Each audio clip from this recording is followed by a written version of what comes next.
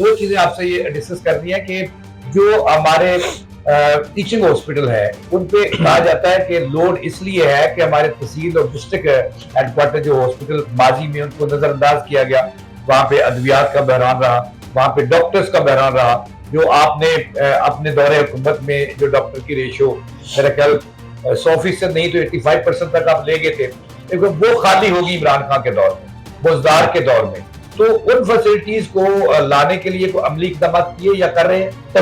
جو مجھے آج بھی یاد ہے کہ ہمارے دور میں اس وقت 45% صرف فیسلٹیز ایسی تھی بیسک ہیلتھ یونٹس کی جہاں ڈاکٹر موجود تھے، اور بقایا 55% میں ڈاکٹر نہیں تھے.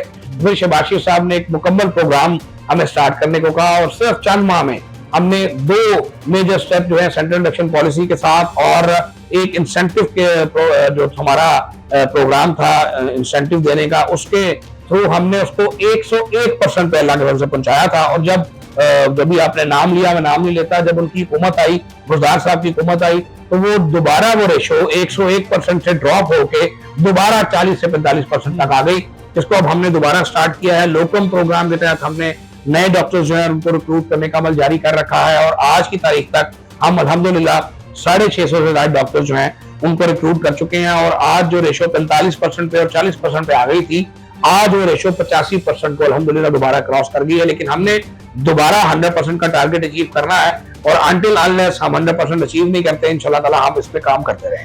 فاطر میں نے ایک آپ کے ہم منصب جو نگران میں آپ کی جگہ وزیر تھے، آپ کو بھی پتا ان کا نام، انہوں نے میرے اسی فورم میں انہوں نے ایک انکشاف کیا تھا کہ انہوں نے کہا کہ آج میں نگران وزیر ہوں، پنڈی سے ان کا تعلق تھا، اور انہوں نے کہا کہ بزدار کے دور میں ایم ایس کی سیٹ بھی بکتی تھی اور ای ڈی او کی سیٹ بھی بکتی تھی، پرنسپل کی سیٹ بھی بکتی تھی. میں نے پوچھا کتنے میں بکتی تھی، انہوں نے کہا جتنے کو دے دے. تو وہ سسٹم انہوں نے کہا تھا کہ ہم نے ختم کر دیا. کہا جاتا ہے کہ آپ نے آتے ہی میرٹ کو پروموٹ کیا ہے اور میرٹ پر بندے لگائے ہیں.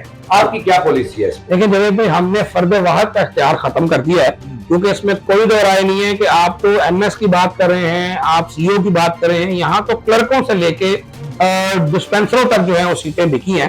اور وہ لوگ جو صاف چلی شفاف چلی کا نعرہ لگاتے تھے انتہائی کرپشن میں ملوث رہے ہیں.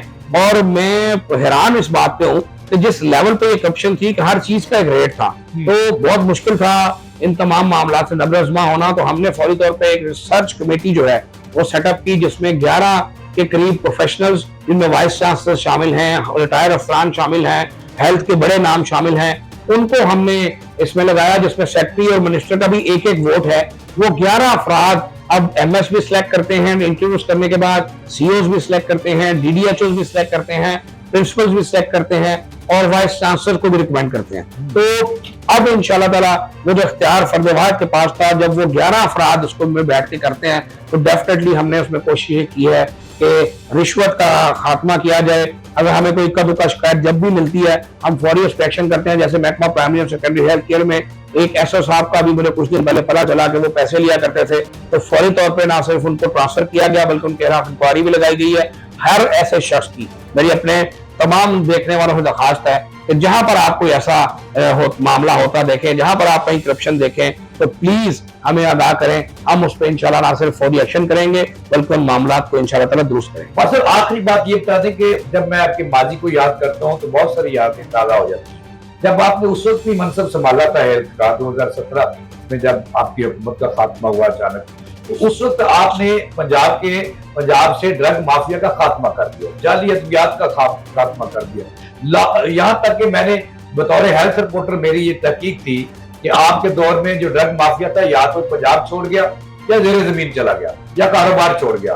تو اس وقت کیا ان کے لیے آپ کا شروع میں تو بڑا دھوم دھڑلے سے وہ مافیا جو تھا وہ ڈرا اور ٹانگیں کامتے ہوئے ہم نے دیکھی، تو اب وہ پروسیجر سلو کیوں ہوا ہے؟ اس میں پروسیجر بالکل سلو نہیں ہوا. ہم نے اپنا جو میتھڈ ہے اس کو چینج کیا ہے.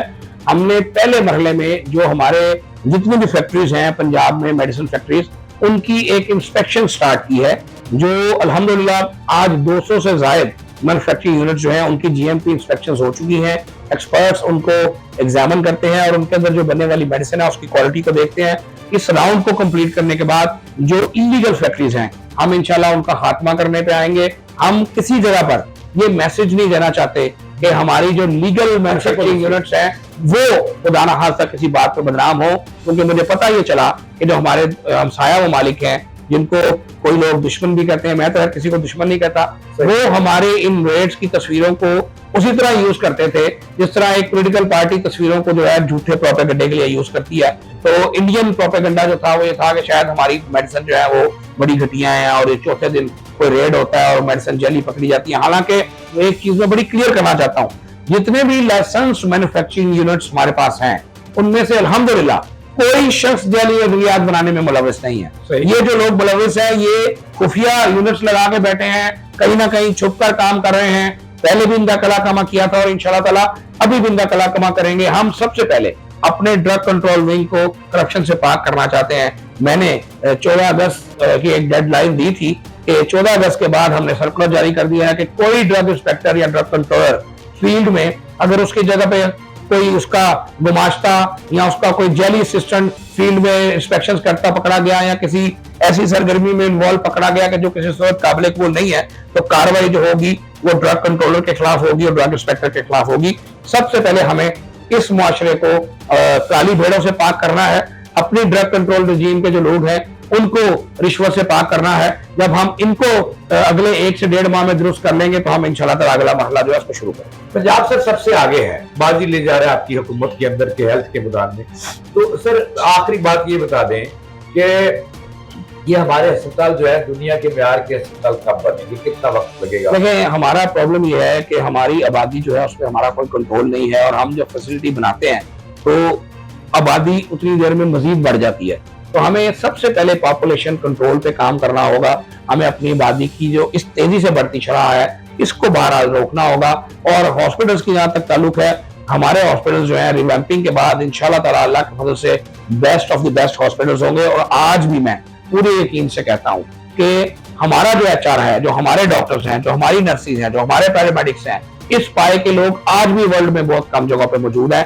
ضرورت اس عمل کی ہے کہ ہم ان کو اچھی فیسلٹی دیں، اچھا انوائرمنٹ دیں، اچھی سیکیورٹی دیں اور بہترین ماحول دیں۔ انشاءاللہ اللہ کے فضل سے مریم نواز کے پنجاب میں انشاءاللہ تعالی وہ دن ضرور آئے گا کہ جب ہم best of the best health care system اس صوبے کو اللہ کے فضل سے انشاءاللہ دے چکے ہیں۔ جو آخری بات سے میں فائدہ اٹھا رہا ہوں، مسئلہ یہ ہے کہ آخری بات میں اس کے بعد سوال نہیں کروں گا کہ جو محکمہ ہیلتھ میں تنظیمیں ہیں ان کے لیے کیا پیغام ہے آپ کا؟ مثلا YDA ہے، PMA ہے، نرسنگ ایسوسیشن ہے، پیرامیڈیکل اسٹاف۔ دیکھیں میں جوید بھائی میں کسی تنظیم کے اگینسٹ نہیں ہوں، لیکن میں بازو مروڑ کے بات ماننے پر بلیو نہیں کرتا۔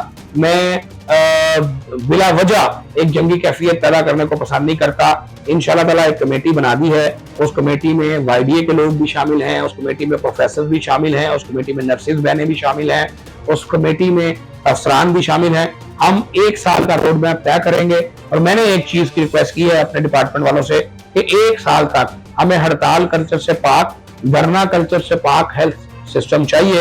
انشاءاللہ ہم جائز ڈیمانڈ جو ہمارے ڈاکٹرز کی ہیں، ہماری نرسز کی ہیں، ہمارے پیرامیڈیکل اسٹاف کی ہیں وہ ضرور پوری کریں گے، اور انشاءاللہ تعالیٰ آپ کی توقع سے آگے جائیں گے اور بہترین خدمت جو ہے وہ آپ کی کر کے دکھائیں گے۔